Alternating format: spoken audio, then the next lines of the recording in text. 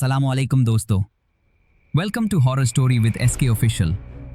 कहते हैं कि कुछ जगहें मरने के बाद भी जिंदा रहती हैं, कुछ आवाज़ें जलजले के साथ दफन नहीं होती और कुछ दरवाजे रात 2:17 पर आज भी खटखटाते हैं। ये कहानी है मुजफ्फराबाद की, जहां एक वापसी ने माजी को जगा दिया और एक खामोशी चीख बन गई। आइए चलें इस खौफनाक राज की तरफ। मुजफ्फराबाद की वादी उस रात आम रातों से बिल्कुल मुख्तलिफ थी।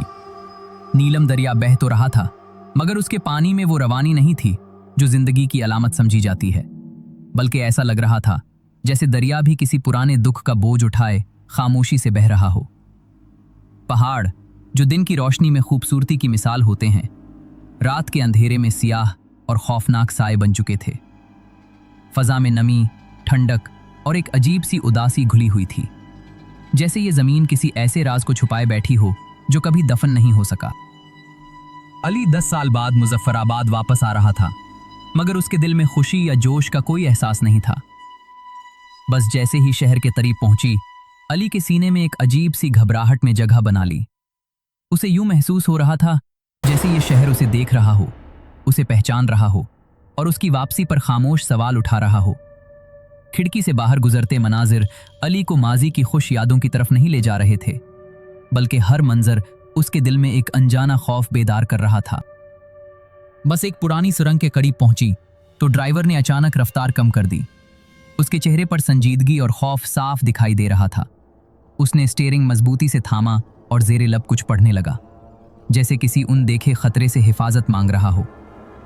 अली ने जब वजह पूछी तो ड्राइवर ने नजरें चुराकर बस इतना कहा कि बेटा, कुछ जगहें रात को जाग जाती हैं। यह जुमला मुख्तसर था, मगर उसमें छुपा खौफ अली के दिल में गहराई तक उतर गया। अली जिस सरकारी गेस्ट हाउस में ठहरा, वो जलजले के बाद तकरीबन भुला दिया गया था। इमारत बाहर से देखने में अब भी कायम लगती थी, मगर करीब जाकर दीवारों की दरारें साफ नजर आ रही थीं, जैसे किसी ने अंदर से बाहर निकलने की कोशिश की हो। दरवाजे पर बैठा चौकीदार गैर मामूली तौर पर खामोश था।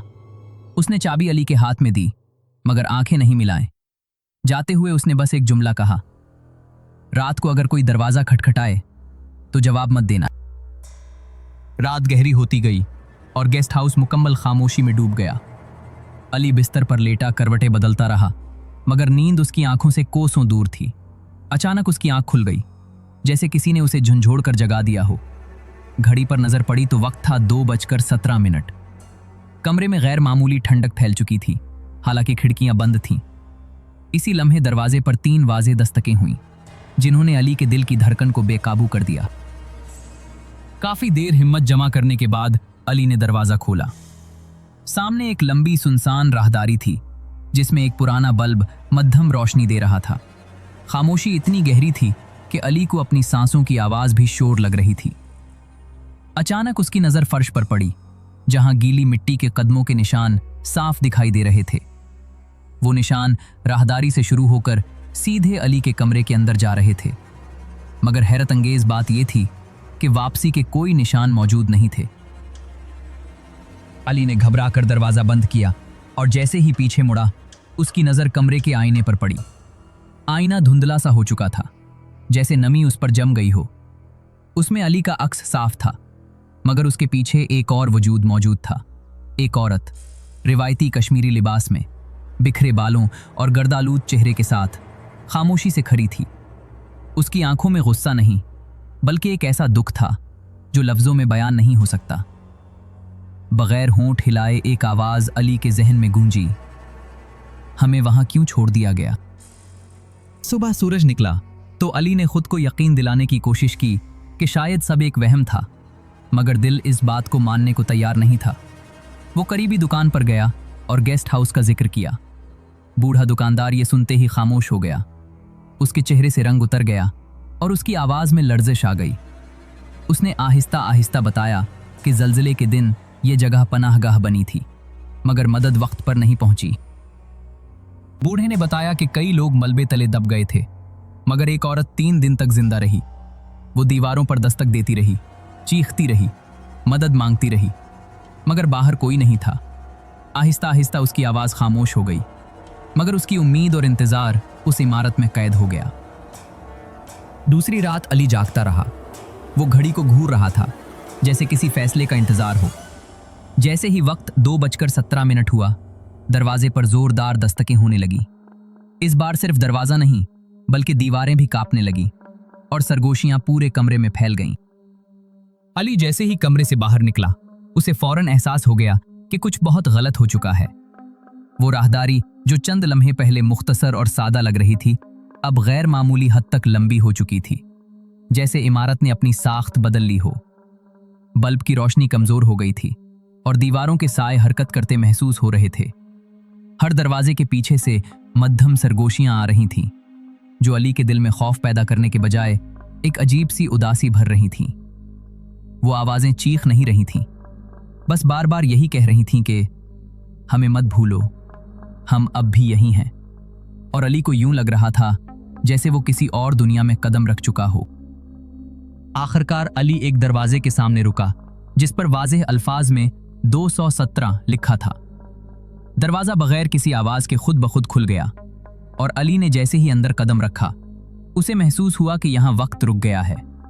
कमरा हैरत अंगेज तौर पर साफ था, जैसे जलजला यहां कभी आया ही न हो, मगर दीवारों पर बने हुए नाखूनों के निशान एक अलग ही कहानी सुना रहे थे।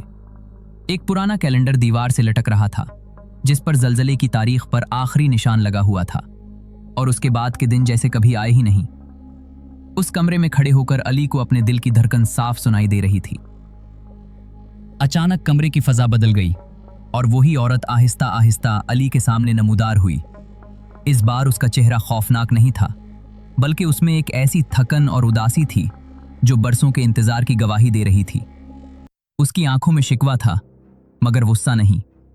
उसने नर्म मगर गूंजती हुई आवाज में बताया कि वो और उस जैसे कई लोग बदला नहीं चाहते थे। वो सिर्फ ये चाहते थे कि कोई उनकी कहानी सुने, कोई उनके वजूद को माने, और कोई ये तस्लीम करे कि वो इस दुनिया में कभी जिंदा थे और मदद के मुंतजिर रहे। की बात खत्म होते ही जमीन अचानक जोर से कांपने लगी, जैसे वो दिन दोबारा लौट आया हो। दीवारों में गहरी दरारें पड़ने लगी, छत से गिर्द झड़ने लगी और बल्ब एक तेज आवाज के साथ टूट गया। अंधेरा हर तरफ फैल गया और फजा में चीखों और सरगोशियों का शोर भर गया। अली चीखना चाहता था, मदद के लिए पुकारना चाहता था, मगर उसकी आवाज उस शोर में कहीं दब कर रह गई, जैसे वो खुद भी उस इमारत का हिस्सा बनता जा रहा हो। जिस शिद्दत से सब कुछ टूट रहा था, इसी शिद्दत से अचानक सब कुछ रुक गया। ना कोई लर्जिश, ना कोई आवाज, ना कोई साया।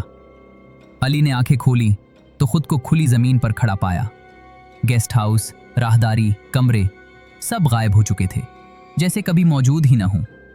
फजा में एक अजीब सी खालीपन की कैफियत थी, जो चीखों से ज्यादा खौफनाक महसूस हो रही थी, और अली को समझ नहीं आ रहा था कि वो ख्वाब से जागा है या किसी और हकीकत में दाखिल हो गया है। अगले दिन अली ने मकामी लोगों से उस जगह के बारे में पूछा, मगर हर शख्स ने साफ इनकार कर दिया। किसी के मुताबिक वहां कभी कोई सरकारी गेस्ट हाउस था ही नहीं, और कुछ लोगों ने तो अली की बात सुनकर हैरानी से उसे देखा, जैसे वो कोई अजीब किस्सा सुना रहा हो। अली ने सरकारी रिकॉर्ड चेक किए, मगर वहां भी उस इमारत का कोई वजूद दर्ज नहीं था। तब अली को एहसास हुआ कि कुछ सच ऐसे होते हैं जो कागजों में नहीं, सिर्फ यादों और एहसासात में जिंदा रहते हैं।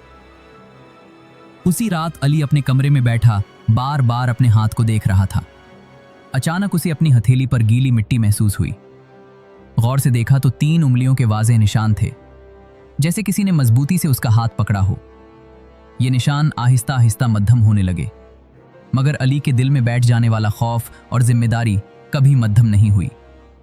वो जान गया था कि वो सब एक वहम नहीं था। नीलम दरिया आज भी खामोशी से बहता है, और मुजफ्फराबाद के पहाड़ आज भी इसी तरह खड़े हैं जैसे बरसों पहले थे। मगर इस शहर की रातों में एक राज दफन है। जब घड़ी 2:17 दिखाती है, तो आज भी कहीं ना कहीं हल्की सी दस्तक सुनाई देती है।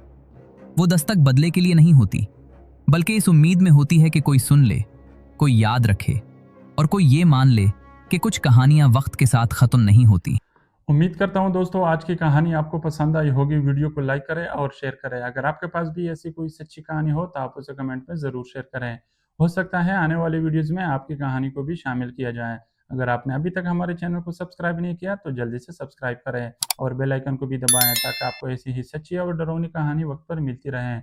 इसी के साथ मुझे दीजिए इजाज़त, मिलते हैं फिर अगली वीडियो में, तब तक के लिए अल्लाह हाफिज़।